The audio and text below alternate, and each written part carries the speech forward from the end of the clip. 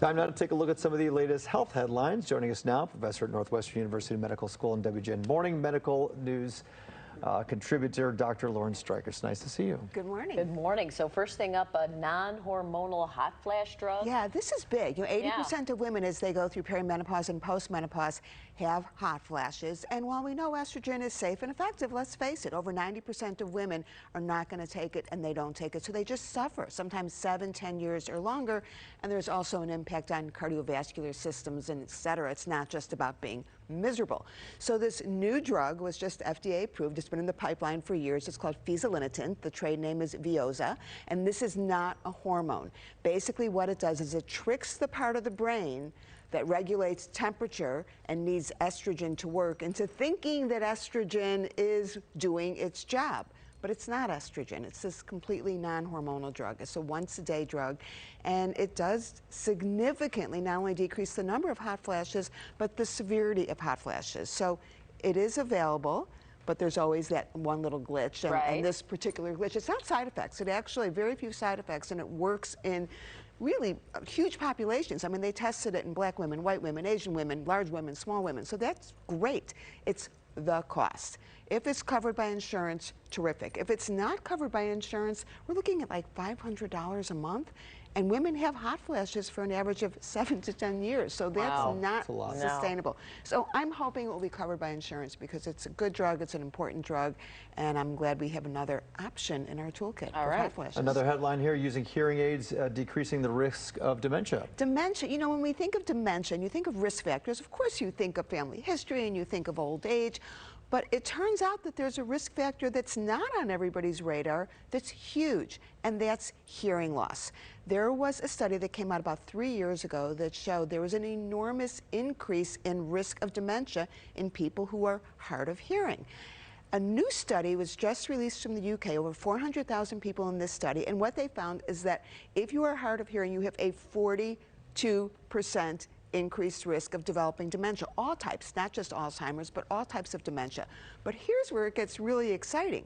What they found is that if hard of hearing folks were using hearing aids, there was 0 increased risk. It completely mitigated that. I mean, think about this. We have an enormous risk factor for dementia, and we have something that you can actually do something about. You can't do anything about your family history or your age, but you can get a hearing aid. And I think we just need to make it more mainstream. I mean, you can't see, you go pick up some glasses at the drugstore. Hearing aids, we have to make it just as accessible, which is a problem, because while they are over the counter, it's a lot more expensive than picking up a pair of glasses. But this is important. This can make a real difference for people. All right, more news about the weight loss drug. Well, it's a diabetes drug that people are using for weight loss. Everybody's talking about Ozempic. Exactly, and you know, we're hearing about Ozempic face and we're hearing about Ozempic hair. Well, now we're hearing about fake Ozempic because, as you said, this is FDA approved to treat type 2 diabetes and obesity, but a lot of people are using it who shouldn't be using it, particularly celebrities who want to lose a few pounds. And as a result, there's a shortage and the people who need it can't get it. And the FDA announced this shortage about a year ago. So no surprise, now there are these compounding pharmacies who are getting in on the act and who are selling Ozempic, the substitute, over the counter. Very easy to get on TikTok or any of these sites. You just go to one of these compounding pharmacies and a week later there it is in your mailbox. But here's the problem. It's not the same thing. This is, in most cases, a salt version of semaglutide. And what the FDA just put out a release, a warning saying it doesn't work the same. There are side effects.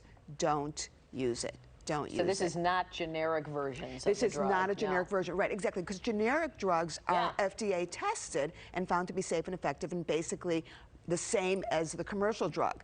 These are compounded versions which they say is the same, but it's not the same. And so there's websites where you can check out? There's websites. So the FDA has a website called Be Safe RX, and basically it's a guide to finding out if the drug that you're thinking about taking is on their warning list, does have problems. And there's another website which is good to know about, which is safe.pharmacy. And you basically put the specific pharmacy in there, and it will tell you, is this a pharmacy that you can trust?